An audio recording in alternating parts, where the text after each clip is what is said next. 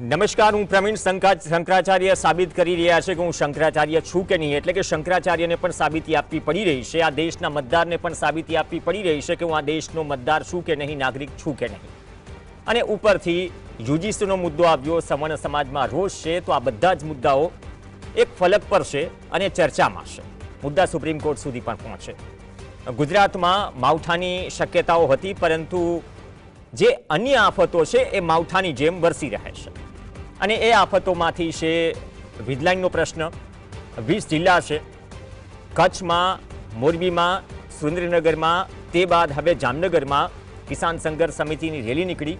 કેમ કે અહીંયા પણ કલેક્ટરને એ યાદ દેવડાવવાની વાત કરવામાં આવી કે અમને કોઈ વાંધો નથી રાષ્ટ્રના હિતમાં કે રાષ્ટ્રના વિકાસમાં કે અમે જમીન આપીએ, પરંતુ જો ધંધા માટે જમીન જોઈ રહ્યા છો તો પછી જે નિયમો કે સરકારે જે કાયદાઓ બનાવ્યા છે એ કાયદા મુજબ તમે અમલવારી કરાવો.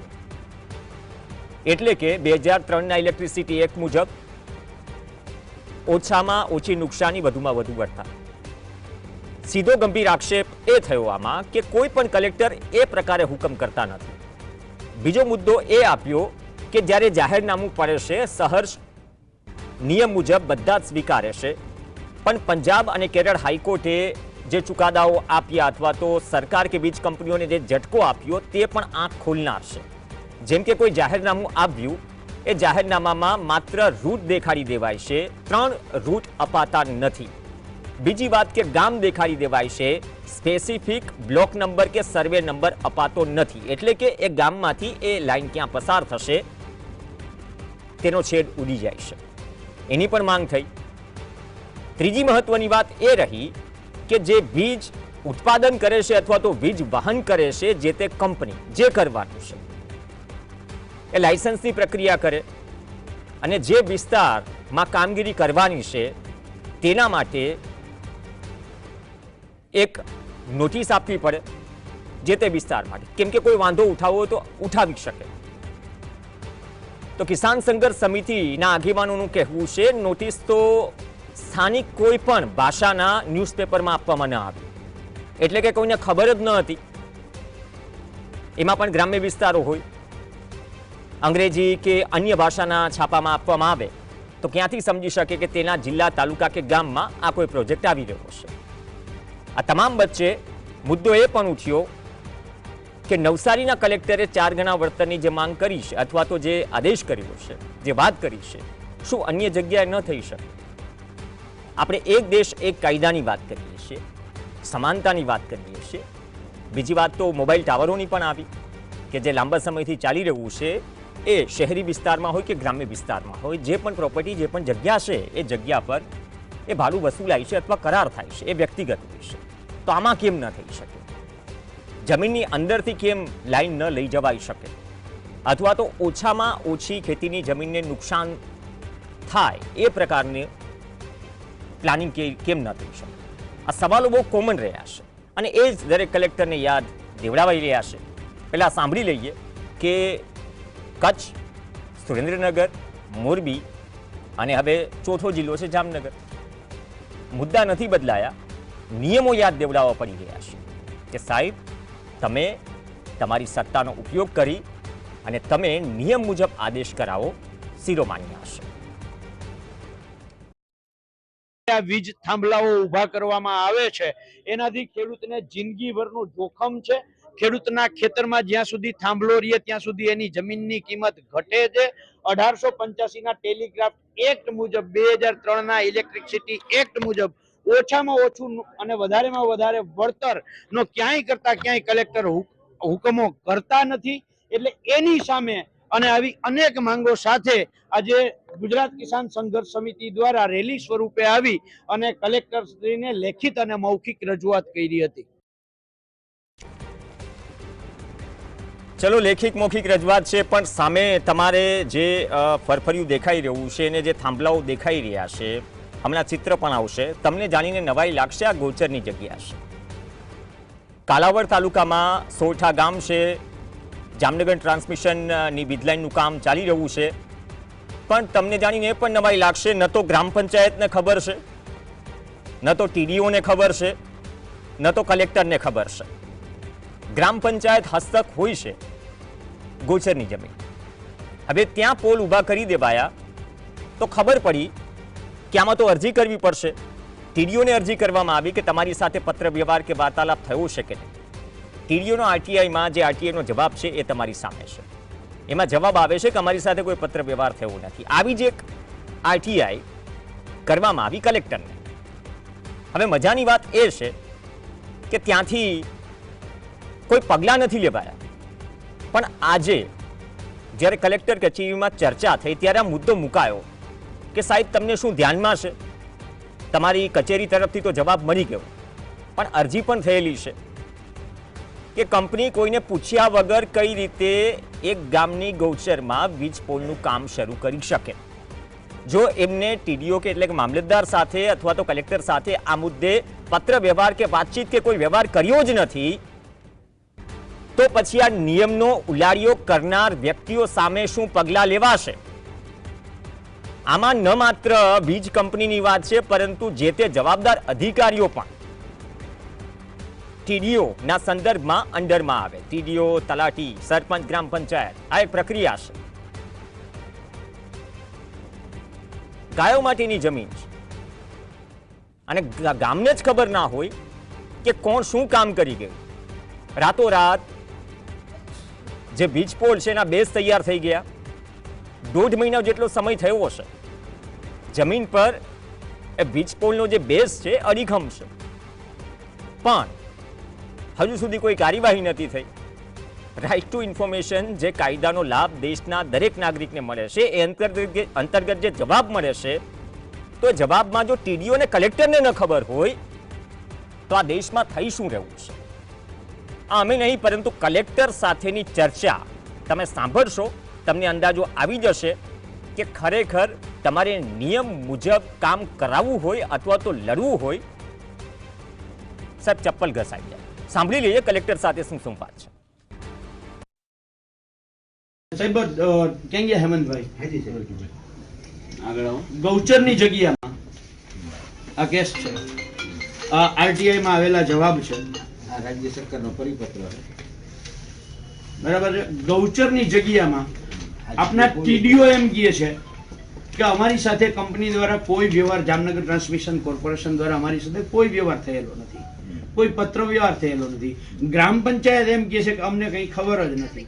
તો સાહેબ સરકારી ખરાબા છે એમાં આપ કલેક્ટર શ્રી હુકમ કરી શકો, પણ ગૌચર છે તો ગ્રામ પંચાયતની હસ્તકની સત્તા છે. તો એ ગ્રામ પંચાયતની અંદર થાંભલો ઊભો થઈ જાય, એની અનેક રજૂઆતો થાય અને આપણે અહીંયાથી કોઈ કાર્યવાહી ન થાય. સાહેબ પોલીસમાં અરજી કરીએ, પોલીસ ધ્યાનમાં ના લે, મામલતદારને અરજી કરીએ, મામલતદાર ધ્યાનમાં ન લે, તો આવું શું કામ બને છે? મેં ખુદ પોતે આરટીઆઈમાં કલેક્ટર કચેરી જામનગર પાણી પીવા છે અને એની ઉપર લેન્ડ ગ્રેબિંગ ગુનો દાખલ કરવો, જે તે જવાબદાર અધિકારી જેની ફરજ આવે એને કાંઈ એક્શન નથી લીધા, તો એને પણ સહ આરોપી તરીકે સરકારી કર્મચારીને આમાં લેવા હું ફરિયાદ આપવા તૈયાર છું. નહીં સાહેબ, મેં અહીંયા ઓલરેડી કલેક્ટર સાહેબને, તમને કદાચ તમારા ધ્યાનમાં હશે, અરજી આપેલી જ છે એક્શન લેવાની, તમારે ખાલી લેવડાવવાના છે. એવી ને એવી મિત્ર મહેમાન છે બાલભાઈ, આપણે અરજી પણ આપેલી છે સાહેબને અને એને મહિનો થવા આવ્યો. ગૌચરમાં દબાણ છે, ટાવર લાઈન 70 થી 80 પોલ પડેલા છે, 70 થી 80 પોલ. આપણે અહીંયા અરજી અહીંયા પણ આપી છે, પ્રાંત સાહેબને આપી છે. તો આ દેશનો નાગરિક બધી જ પ્રક્રિયા કરી છૂટે પહેલા ચેક કરાવે કે ગૌચર નિયમ છે તો કે ગૌચર નિયમ છે. ગ્રામ પંચાયતને જાણ કરી છે એ પણ કન્ફર્મ કરે તો કે નથી કરી. ટીડીઓને જાણ કરી છે તો એ પણ આરટીઆઈ થ્રુ કન્ફર્મ કરે, 1 મહિના સુધી રાહ જુએ.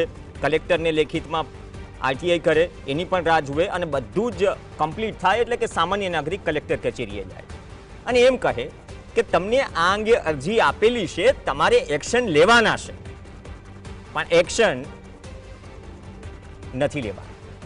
હેમંત વીડા જોડાશે આપણી સાથે, અરજી કરતા હશે. આમ તો અત્યાર સુધી જે નિયમોથી માનીને જે સામાન્ય લોકોની સમજ પડે એ રીતે વાત કરતા. હેમંતભાઈ, સ્વાગત છે આપનું. હેમંતભાઈ, કેમ તમારે કહેવું પડે છે કે અરજી આપેલી છે, ખાલી યાદ દેવડાવીએ છે કે તમારે એક્શન લેવાના છે? શું ટીડીઓ અને કલેક્ટરની જે આરટીઆઈ છે જે તમને કરેલી હતી કે શું કોઈ વાતચીત જ નહોતી થઈ ને અત્યારનું શું સ્ટેટસ છે? અને જામનગર ટ્રાન્સમિશનની લાઈન છે અથવા તો અધિકારીઓ સાથે કોઈ વાતચીત થઈ છે? સરકારી અધિકારી હોય કે વીજ કંપનીના અધિકારીઓ જેમને કામગીરી કરી છે? વીજ કંપનીના અધિકારીઓ સાથે વાતચીત નથી થઈ, પણ કાલાવડ મામલતદાર, કાલાવડ ટીડીઓ, જામનગર ડીડીઓ અને જામનગર કલેક્ટર આ ચારેય જગ્યાએ આરટીઆઈ નાખેલી છે. આરટીઆઈ ના જવાબ આવ્યા, એમાં એવું લખેલું છે કે કચેરીમાંથી વીજ લાઈન સંદર્ભે કોઈ પણ પ્રકારનો પત્ર વ્યવહાર થયેલો નથી. એટલે સ્પષ્ટ થાય છે કે જામનગર ટ્રાન્સમિશને સરકારી કચેરીની જે સરકારી જમીન જે સંપાદન કરવાની છે એની પ્રક્રિયા કરવાની હોય સરકારી કચેરીમાં એ થયેલી જ નથી. એટલે કચેરીને કઈ જાણ જ નથી. ગ્રાઉન્ડ ઉપર વીજ પોલ ઉભો થઈ ગયો છે. હવે એ વીજ પોલ ત્યાં ઉભો થઈ ગયો એ સાબિત કરવા માટે હું 4 મહિનાથી હળિયાપાટી કરું છું. કલેક્ટર કચેરીમાં અરજી આપેલી છે કે સાહેબ અમારા ગામમાં ગૌચર 417 સર્વે નંબરમાં વીજ પોલ ઉભો થઈ ગયો છે. કાલાવડ મામલતદાર ને કીધેલું છે કે આની ઉપર એક્શન લ્યો, અરજી આપેલી છે. કાલાવડ ટીડીઓ ને કીધેલું છે કે તમારો જવાબ છે, અહીંયા વિડીયોગ્રાફી આપી છે, ફોટા રજૂ કર્યા છે કે અમારા ગામમાં મારા ગામમાં ગૌચરનો સર્વે નંબર 417 ઉપર વીજ કંપનીઓના કર્મચારીઓ અહીંયા કામ કરે છે, તમે એક્શન લ્યો. લેખિત આપ્યું છે, 3 વખત મૌખિક રજૂઆત કરી છે. આજે કલેક્ટર સાહેબને કીધું કે સાહેબ તમારી કચેરીમાં અરજી આપેલી છે, તમે ખાલી એક્શન લ્યો, સૂચના આપો. સરકારનો પરિપત્ર રજૂ કર્યો છે 12/7/2022 નો જે મહેસૂલ વિભાગનો ગૌચરનો જે પરિપત્ર છે એનું મેન્ટેન જાળવણી જે અધિકારીઓએ કરવાની છે એમાં બધા બેદરકાર છે. આપણે એવું કીધું કે જે આમાં સામેલ બેદરકાર છે લેન્ડ ગ્રેબિંગનો ગુનો દાખલ કરો અને સહ આરોપી તરીકે આમાં ઇન્વોલ્વ કરો. જરૂર પડે તો હું પણ ફરિયાદી બનવા તૈયાર છું. એમ નહીં, તમે કહો છો કે તમારે 4 મહિના સુધી દોડમદોડ કરવી પડી એ સાબિત કરવા માટે કે ગૌચર જ છે અને ગૌચરમાં ખરેખર પ્રક્રિયા નથી થઈ. શું ગ્રામ પંચાયતને જાણ બહાર છે, ગામની જાણ બહાર છે? હા, 100%. ગ્રામ પંચાયતે મંજૂરી આપેલી નથી. અચ્છા, પંચાયતનો ઠરાવ નથી. અને કદાચ જામનગર જિલ્લામાં 2-4 જગ્યાએ એવું મારા ધ્યાનમાં આવ્યું છે કે બોગસ ઠરાવ ઉભા કરી અને પેપર ઉપરની પ્રોસેસ કરેલી હોય, પણ આમાં તો એવું નથી. કલેક્ટર કચેરી, ટીડીઓ, મામલતદાર કચેરી બધી અજાણ છે. પત્ર વ્યવહાર કઈ કોઈ પરમિશન ની વાત એક જામનગર ટ્રાન્સમિશન કંપનીની કોઈ પ્રોસેસ થઈ જ નથી. સ્પષ્ટ મને જવાબ આપે છે. એની સામે અહીંયા જે પોલ ઉભો થઈ ગયો છે એના હું વિડીયો રજૂ કરું છું, ફોટોગ્રાફી રજૂ કરું છું, હું અરજી પોતે આપું છું.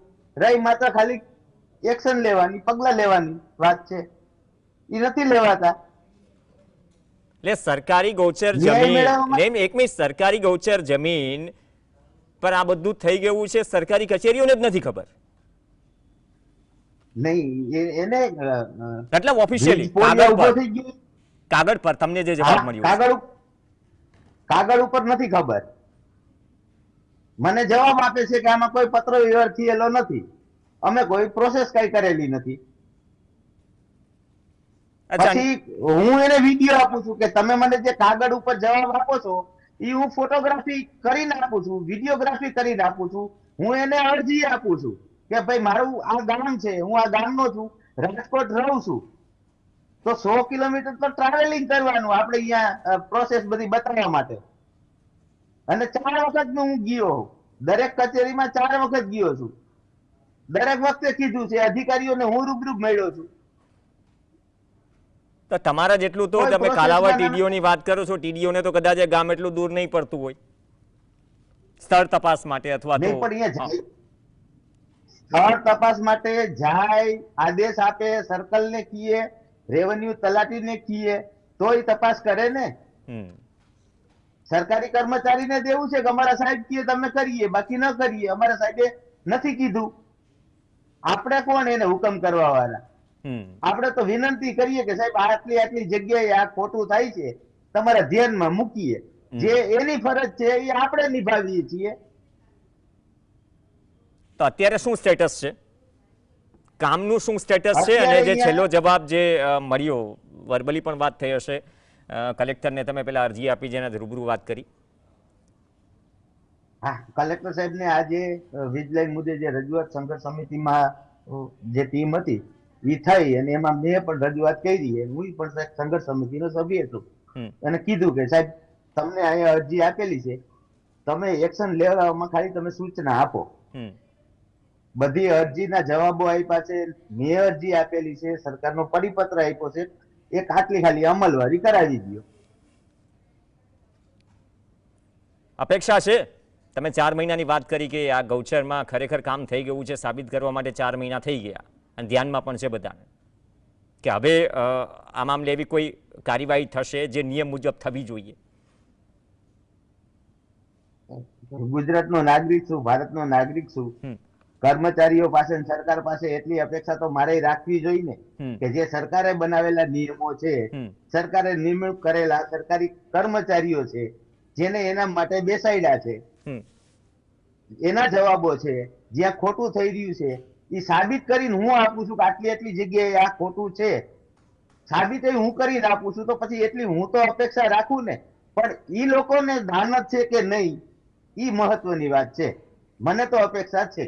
ચલો, સવાલ ઈચ્છા શક્તિનો આવ્યો અને સવાલ એ પણ છે કે તમને જ્યારે કોઈ નાગરિકે અરજી કરતા કે ગ્રામવાસી સુજાડે છે કે અહીંયા ખોટું થઈ રહ્યું છે અને એના માટે સાબિત પણ કરે છે 4 મહિના ધક્કા ખાઈને, મતલબ કે સરકારી અધિકારીઓના જાણમાં છે. ટીડીઓ હોય કે કલેક્ટરને તો આજે રજૂઆત પણ કરી દીધી ને, અગાઉ આરટીઆઈ પણ કરી હતી. તો પછી હવે સવાલ એ છે કે સરકારી અધિકારીઓ શું સરકારના નિયમોનું પાલન કરાવશે? આ સવાલ મોટો છે, 100% 1 લાખનો સવાલ છે. અને આ સવાલનો જવાબ જો સારી રીતે મળે અથવા તો નિયમ મુજબ પ્રક્રિયા થાય તો કદાચ થશે કે 4 મહિના જે ધક્કા ખાધા અરજી કરતા હેમંત વેડાએ એ કદાચ સાર્થક સાબિત થાય. ધન્યવાદ હેમંત વેડા, જીએસટીવી સાથે જોડાયા. તો બુલેટિનમાં હાલ બસ આટલું જ. નમસ્કાર.